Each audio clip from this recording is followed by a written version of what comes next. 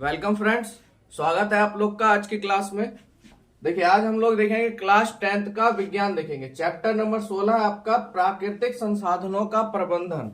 ये चैप्टर आपको 2 से 5 नंबर आपको दे जाएगा, ठीक है। तो इस पे थोड़ा सा चर्चा करेंगे और प्रयास कीजिएगा अच्छे से समझ जाने का। तो आपका ऑब्जेक्टिव लिखाने की जरूरत नहीं, आप ऐसे भी अगर पूरा समझ गए तो आप पूरा कंट्रोल में ले आइएगा इसको। सबसे पहले जानते हैं यहाँ पे देखिए, प्राकृतिक संसाधनों का प्रबंधन, यानी इसका मतलब समझिए प्राकृतिक जो भी संसाधन है किसके द्वारा दिया गया, प्राकृतिक के द्वारा, है ना, उसका प्रबंधन करना, उसके बारे में इस चैप्टर में बताया गया। तो चलिए सबसे पहले जानते हैं प्राकृतिक संसाधन है क्या। तो वैसे संसाधन जो प्रकृति से लिए गए, वैसे संसाधन जो आपके किससे लिए गए, प्रकृति से लिए गए।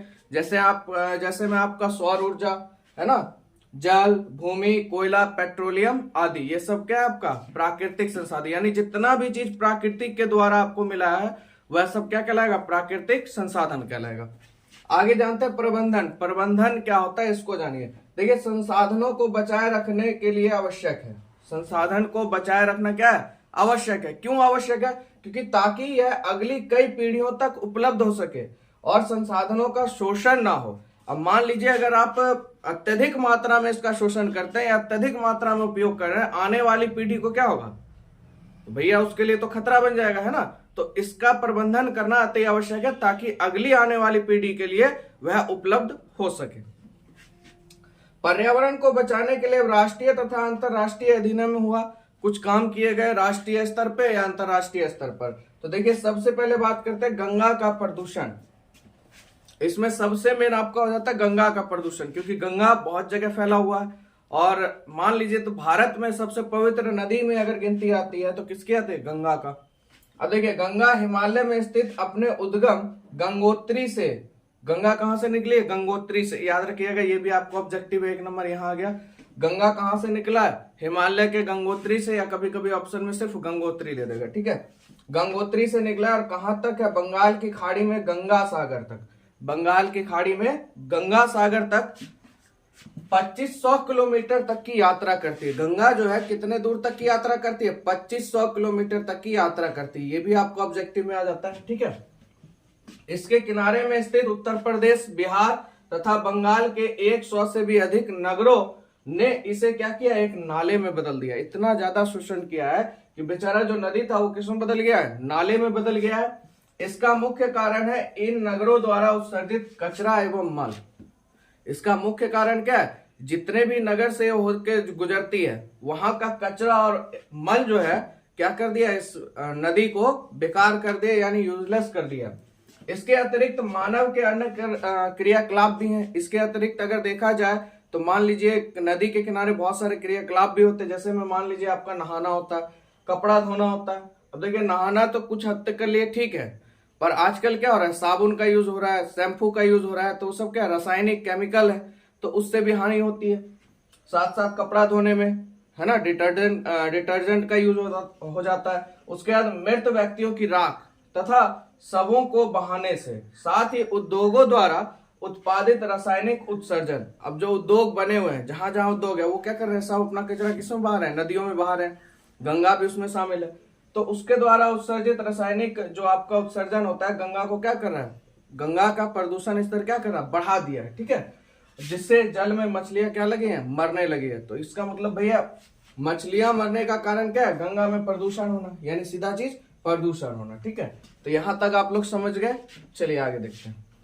गंगा का प्रदूषण आपने देख लिया। अब गंगा के ऊपर क्या हुआ, कार्य परियोजना लागू हुआ कि भाई गंगा का सफाई होना चाहिए, गंगा को सही तरीके से हमको रख रखाव करना होगा। तो गंगा कार्य परियोजना चालू हुआ और इसमें जो है ये जो प्रोजेक्ट था ये करोड़ों रुपए का प्रोजेक्ट था। गंगा कार्य परियोजना जो था वो आपका करोड़ों रुपए का प्रोजेक्ट था और सन 1985 में इसको बनाया गया था। कब बनाया गया था, सन 1985 में। गंगा कार्य परियोजना कब बनाया गया था, 1985 में। चलिए, अब जल की गुणवत्ता या प्रदूषण मापने हेतु कुछ कारक हैं कि भाई जल की गुणवत्ता क्या है और जल या प्रदूषण है, या गुणवत्ता उसकी जांच करेंगे, गुणवत्ता है कि उसमें क्या है, प्रदूषण है। तो इसके बारे में जानने के लिए सबसे पहले पीएच मान, आप लोगों ने चैप्टर 2 पढ़ा होगा, अम्ल, क्षारक एवं लवण। उसमें पीएच मान के बारे में आपने पढ़ा है कि अगर 7 पे होगा तो क्या होगा, उदासीन, 7 से ज्यादा होगा तो क्षारीय, और 7 से कम होगा तो क्या होगा, अम्लीय होगा। तो ये क्या है, सार्वभौमिक सूचक है, और इससे हम किसी भी चीज के बारे में जान सकते हैं कि वह अम्लीय है, वह क्षारीय है, या वो उदासीन है। ठीक है, तो जल का पीएच जो आसानी से सार्व सूचक की मदद से मापा जा सकता है, पीएच की मदद से मापा जा सकता है। उसके बाद जल में कॉलीफॉर्म जीवाणु जो मानव की आंत में होते हैं, ठीक है, अत्रियों में होते हैं वो जीवाणु, कौन से, कॉलीफॉर्म, उसकी उपस्थिति को जल का संदूषित होना दिखाता है। वह क्या दिखाता है, जल का संदूषित होना दिखाता है, कौन, कॉलीफॉर्म। अब इसके बाद बात कर रहे हैं पर्यावरण को बचाने के लिए 3 प्रकार के आर हैं। अब देखिए, पर्यावरण का रखरखाव, पर्यावरण का बचाव, इसके लिए 3 आर की जरूरत है हमें। ठीक है, अब 3 आर क्या है, सबसे पहले बात करते हैं कम उपयोग। 3 आर को देखिए इंग्लिश में आप देखिए, रिड्यूस, रिसाइकल और रीयूज। इस तीनों के ऊपर मान लीजिए सबसे ज्यादा दबदबा है। दबदबा यानी इससे हम संसाधनों का बचाव भी कर सकते हैं, रख रखाव भी कर सकते हैं, और अगली पीढ़ी तक इसका बचाव निश्चित है। ठीक है, अब वो हम लोग के ऊपर है कि हम कैसे उपयोग करते हैं, तभी ना निश्चित होगा। अब देखिए, कम उपयोग यानी रिड्यूस कर दीजिए। क्या कीजिए, आवश्यकता ना होने पर पंखे, ठीक है, बल्ब, इसका स्विच क्या कर दीजिए, बंद कर दीजिए। ज्यादा मात्रा में नहीं यूज कीजिए, जितनी आपको आवश्यकता है बस उतनी ही मात्रा में उसका उपयोग कीजिए। अब आप मान लीजिए आपके यहाँ बिजली अथा है तो आप यूज कर रहे हैं, कल को इसका भी तो घटाव होगा, इसमें भी तो कुछ परिस्थिति ऐसी आ सकती है जो आपको नुकसान दे सकती है ना। तो जब तक इसका उपयोग है तब तक उपयोग कीजिए, ये नहीं कि बिजली यूज ही मत कीजिए।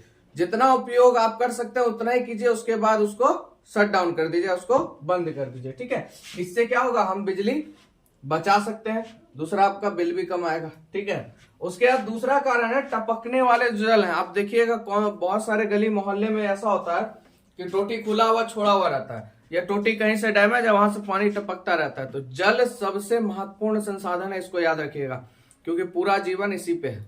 आप खाना नहीं खाइएगा तो भी ठीक है, पर जल आपके लिए सबसे ज्यादा महत्वपूर्ण है। ठीक है, तो टपकने वाले जल की क्या करना है, मरम्मत करके जल की बचत करना है। दूसरा, आहार व्यर्थ नहीं करना है। आहार मतलब सुनो, भोजन, भोजन को व्यर्थ मत कीजिए। अब होता है कि खाए 4 रोटी ले लिए प्लेट में, 2 रोटी खाए, 2 रोटी छोड़ दिए।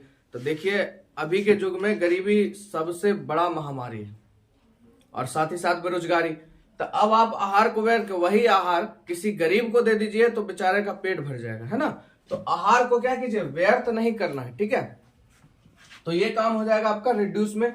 अब बात करते हैं पुनः चक्रण की, रिसाइकिल कीजिए। रिसाइकिल कैसे कीजिएगा, देखिए, कूड़े से पुनः चक्रण हो जाने वाले पदार्थों, कूड़े से जो पुनः चक्रण होने वाले पदार्थ है, प्लास्टिक, कांच, धातु को अलग करके आवश्यकता की वस्तु बनाए। ठीक है, जो भी आपके कूड़े कचरे हैं उसमें देखिए प्लास्टिक और कांच और धातु, इसको हम पुनः चक्रण कर सकते हैं, इससे फिर नया एक चीज बना सकते हैं ना, अलग करके आवश्यकता की वस्तुओं बनाना। ठीक है, उसके बाद आपका पुनः उपयोग, रीयूज कीजिए। रीयूज यानी वस्तुओं को फेंकने के बदले उनका बार बार क्या कीजिए, उपयोग कीजिए। अब जैसे पन्नी है, लिफाफा है, इसको एक बार सब्जी लेके आए उसका फेंक दिया, नहीं, उसका दोबारा यूज कीजिए, बार बार उपयोग कीजिए। ठीक है, यानी रीयूज कीजिए। उसके बाद पुनः उपयोग पुनः चक्रण से बेहतर है। पुनः उपयोग पुनः चक्रण से क्या है, बेहतर है। जो आपका चक्रण है इससे वो पुनः उपयोग से क्या है, बेहतर है, क्योंकि इसमें ऊर्जा की क्या होती है, बचत होती है। ठीक है, तो आपने तीनों आर के बारे में जान लिया। चलिए आगे देखते हैं। चलिए, तो 3 आर के बारे में आप लोग समझ गए। अब देखिए, अब बात करते हैं संसाधनों का प्रबंधन करना क्यों आवश्यक है, या हमें संसाधनों का प्रबंधन करना क्यों आवश्यक है। क्वेश्चन पूछ सकता है, संसाधनों का संरक्षण क्यों आवश्यक है। क्योंकि देखिए, यह क्या है, सीमित है। संसाधन क्या है, सीमित है, असीमित नहीं है, सीमित है। यानी इसकी मात्रा है कि भाई इतना है, इसके बाद ये क्या हो जाएगा, खत्म हो जाएगा। तो बताइए, संरक्षण करना जरूरी है कि नहीं है, संरक्षण करना क्या है, जरूरी है। उसके बाद स्वास्थ्य सेवाओं में सुधार के कारण जनसंख्या में वृद्धि हो रही है। स्वास्थ्य सुधार के कारण जनसंख्या में वृद्धि हो रही है, और इसके कारण सभी संसाधनों की मांग में भी वृद्धि हो रही है। सही बात है, जनसंख्या बढ़ेगा तो संसाधन की मांग भी खुद ब खुद बढ़ेगी। बढ़ेगी कि नहीं बढ़ेगी।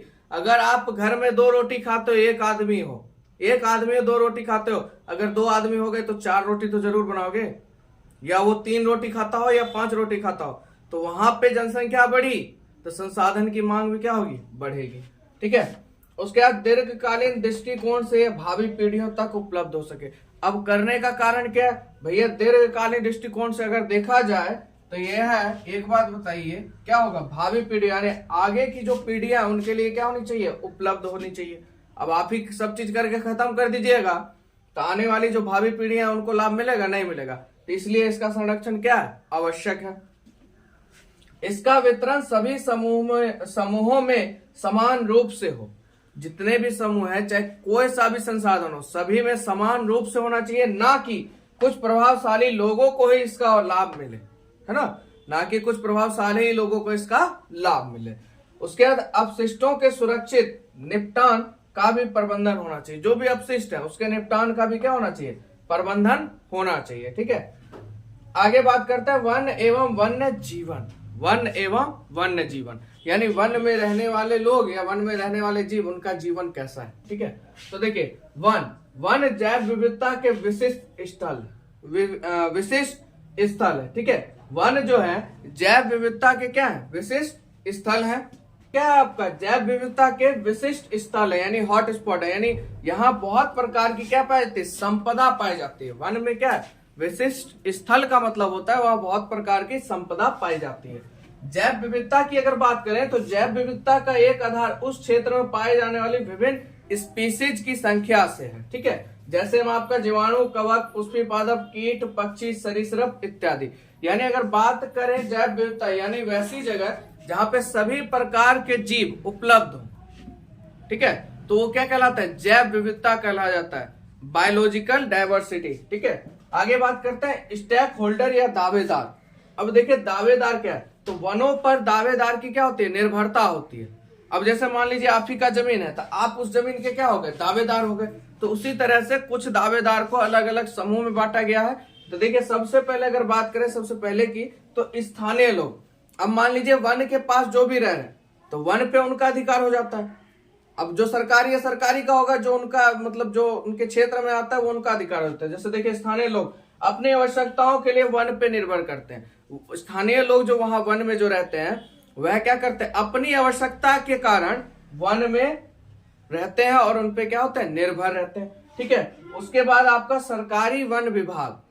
तो देखिए जिनके पास वनों का स्वामित्व है, जिनके पास क्या वनों का स्वामित्व है, यानी जिनके पास उस वन का अधिकार है और वनों से प्राप्त संसाधनों को क्या करते हैं, नियंत्रण करते हैं। वनों से जो प्राप्त संसाधन होते हैं उसको क्या करते हैं, नियंत्रण करते हैं। तो ये आपका किसमें, सरकारी वन विभाग। और आगे देखते हैं हम लोग दावेदार के बारे में जानेंगे। चलिए अगले दावेदार की बात करते हैं। तो तीसरे नंबर पे आते हैं हमारे उद्योगपति। अब उनके पास तो पैसा बहुत ज्यादा है तो वो क्या करते हैं, वनों से प्राप्त उत्पादों का प्रयोग कर लेते हैं। कोई टेंशन नहीं उनको लेना है, उद्योगपति है तो जो भी वन से प्राप्त उत्पाद होते हैं उनका क्या कर लेते हैं, उपयोग कर लेते हैं। उसके बाद आता है 4 नंबर पे वन्य जीवन एवं प्रकृति प्रेमी। इनका सबसे बड़ा योगदान अगर कहें तो ये दावेदार सबसे बढ़िया है, क्योंकि जो प्रकृति का संरक्षण करना चाहते हैं। इनका मेन मकसद होता है भाई प्रकृति के लिए अपनी जान भी दे देंगे, इनको कोई गम नहीं होगा, प्रकृति के लिए ही जीते हैं। ठीक है, और उनका संरक्षण करने के लिए जहां तक हो वहां तक अपना प्रयास करते हैं। तो ठीक है, क्योंकि जखने देखिए प्रकृति प्रेमी यानी प्रकृति से इनको अत्यधिक प्रेम रहता है। आगे बढ़ते हैं। अब देखिए निवासियों द्वारा वन संरक्षण की कुछ भूमिका है जिन्होंने अपना योगदान और बलिदान भी दिया। तो सबसे बात करते हैं पहले की, तो खेजड़ी वृक्ष। ये आपको पता है कहां पाया था, राजस्थान में, है ना। तो देखिए किसके द्वारा हुआ था, अमृता देवी बिश्नोई ने 1771 में राजस्थान के जोधपुर के पास एक खेजरली गांव है, ठीक है, गांव में खेजड़ी वृक्ष को बचाने हेतु 363 लोगों के साथ अपने आप को बलिदान कर दिया। बहुत ही दर्द भरी कहानी थी इनकी। आप लोग के क्लास में भी होगा, 6 या 5 के लमसम में होगा क्लास में, हमारा पर्यावरण में इसके बारे में पूरी कहानी दी गई है। तो देखिए खेजड़ी वृक्ष के बारे में जो अमृता जी थी, अमृता देवी बिश्नोई जी थी, इन्होंने अपने साथ 363 लोगों का बलिदान देके इस खेजड़ी वृक्ष को बचाया। देखिए नाम भी है, गांव का भी नाम है क्या, खेजरली। और उस खेजड़ी वृक्ष, क्योंकि राजस्थान में एक यही वृक्ष है जो आपको सबसे ज्यादा देखने के लिए मिलता है, वो भी किनके द्वारा, अमृता देवी बिश्नोई के द्वारा। इन्होंने कब किया था, 1771 में। और इनका बलिदान मतलब इतना पावरफुल गया कि अभी तक लोग इनको याद रखते हैं, है ना। खेजड़ी वृक्ष की अगर बात करें तो इनके लिए बलिदान देने वाली कौन थी, अमृता देवी बिश्नोई। आपके एग्जाम में पूछा जाता है, ऑब्जेक्टिव में याद रखिएगा। खेजड़ी वृक्ष कहाँ है आपका? राजस्थान के जोधपुर में। जोधपुर में कौन से गांव में? खेजरली गांव में, ठीक है। और किनके द्वारा हुआ था इनका? अमृता देवी बिश्नोई के द्वारा। खेजड़ी वृक्ष को बचाने में किनकी जान गई थी? अमृता देवी बिश्नोई। साथ ही साथ कितने का बलिदान हुआ? 363 लोगों का, ठीक है।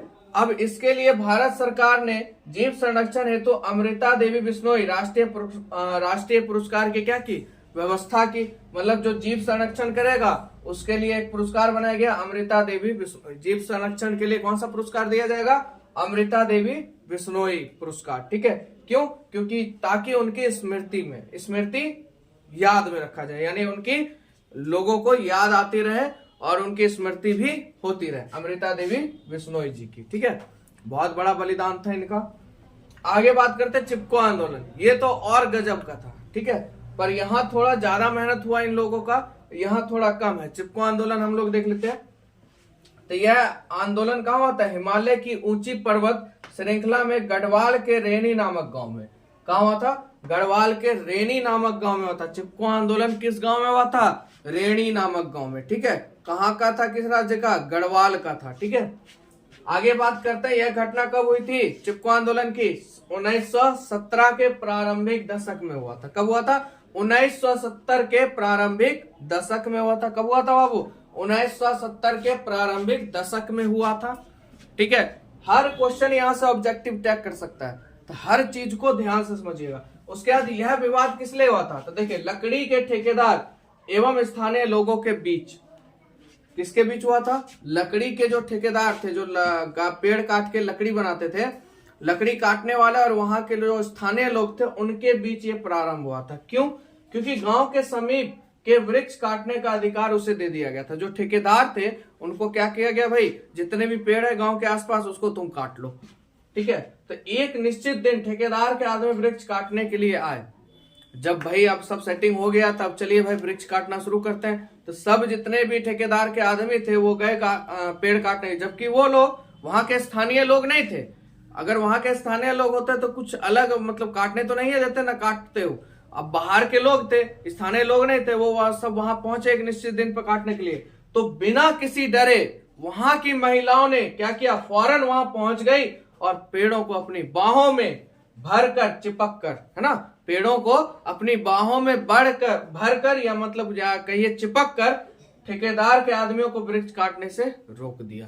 देखिए महिलाओं की शक्ति कितनी जबरदस्त है।